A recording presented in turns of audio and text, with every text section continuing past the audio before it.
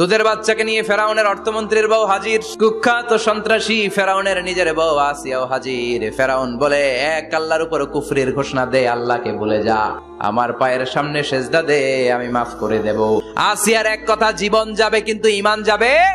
ফেরাউনের অর্থমন্ত্রীর স্ত্রীরও এক কথা। ফেরাউন বলল, তাই নাকি, দেখি তোদের ঈমানের পাওয়ার কত বড়। অর্ডার করলো, কড়াই ভর্তি তেল গরম করতে শুরু করো। টকবক টকবক করে কড়াইয়ের মধ্যে গরম তেল। ফেরাউন বলে, ও অর্থমন্ত্রীর স্ত্রী, তোমারে অনেক ভালো জানতাম, এখনই আমার পায়ের সামনে সেজদায় লুটিয়ে পড়ো। অর্থমন্ত্রীর বউ বলে, এত সোজা না। ফেরাউন অর্ডার দিল, এই মহিলার দুধের বাচ্চাটারে টান দিয়ে আন, কড়াইয়ের মধ্যে গরম তেলের মধ্যে ছেড়ে দে। দুধের বাচ্চাটারে তেলের মধ্যে ছেড়ে দেওয়ার পরে মুহূর্তের মধ্যে ছেলেটা রোস্ট হয়ে যায়। কিন্তু ছেলেটা হাত উঁচু করে ডেকে বলে, মা ভয় পেও না, তোমরা দেখো টকবগে কড়াইয়ের ভেতরে তেল, আসলে মা এটা আগুন না, এটা জান্নাতের বাগান।